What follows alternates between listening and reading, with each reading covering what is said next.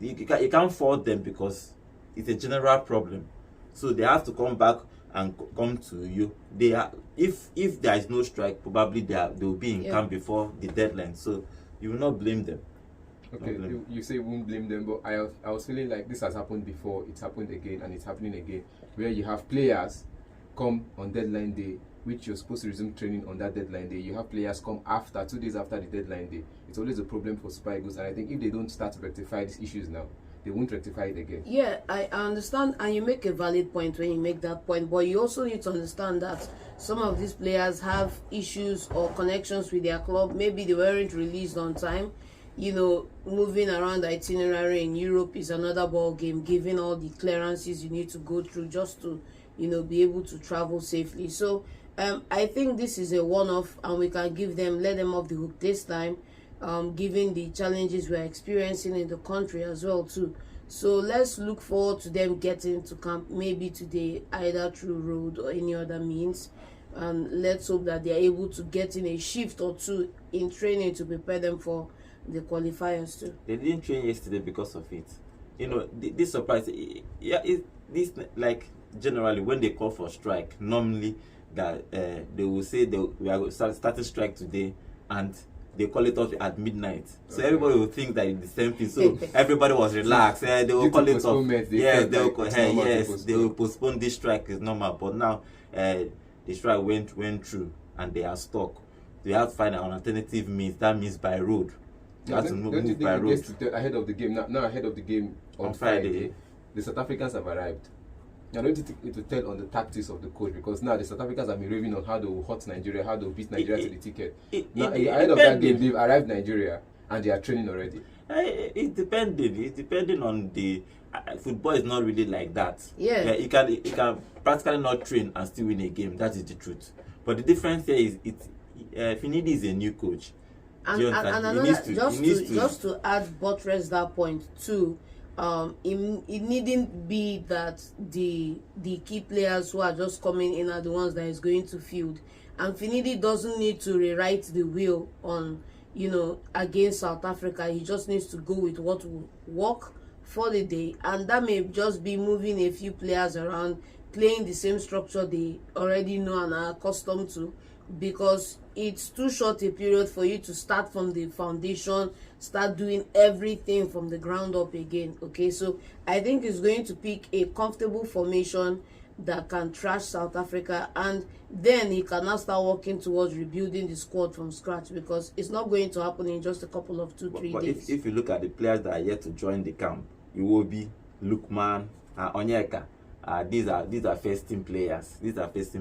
I don't, probably they have to just train once, maybe tomorrow, because probably maybe they are on their way to the camp now, to you, definitely, because they have to travel by road.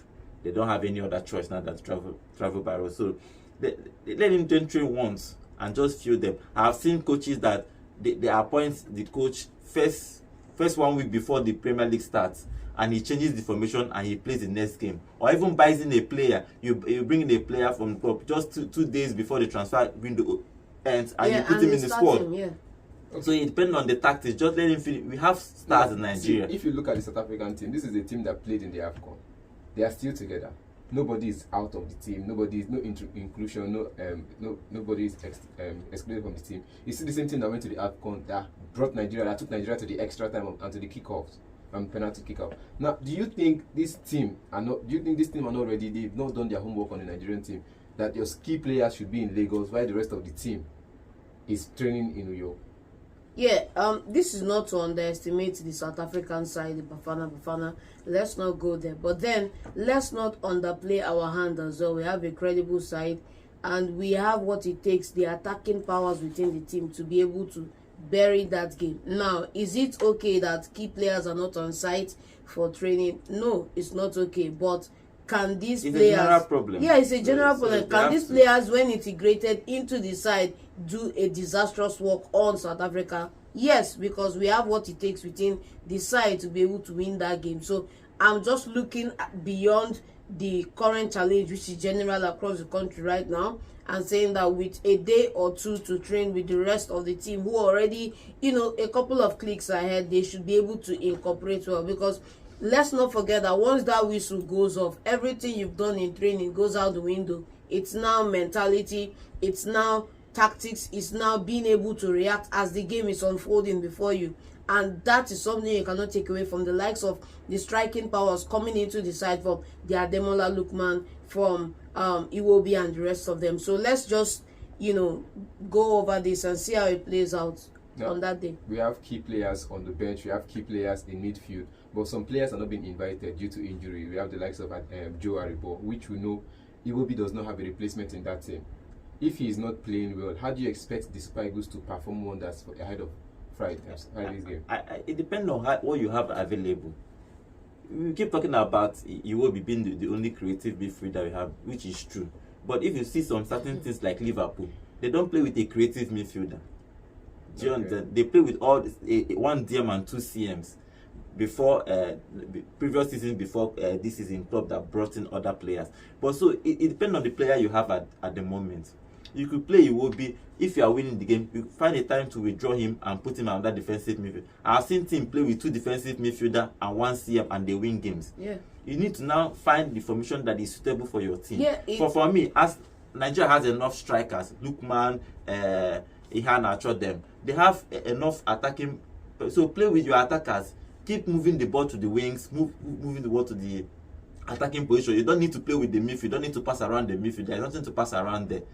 Keep using your attackers. So it depends on what is available to him. Then I like him. He said that he's going to be playing attacking formation. But I said that the former coach, I didn't like his style of play. Yeah, he was too defensive tactics. We are all defending. We have enough players to attack, and he's defending. But Finidi says, I am going to attack.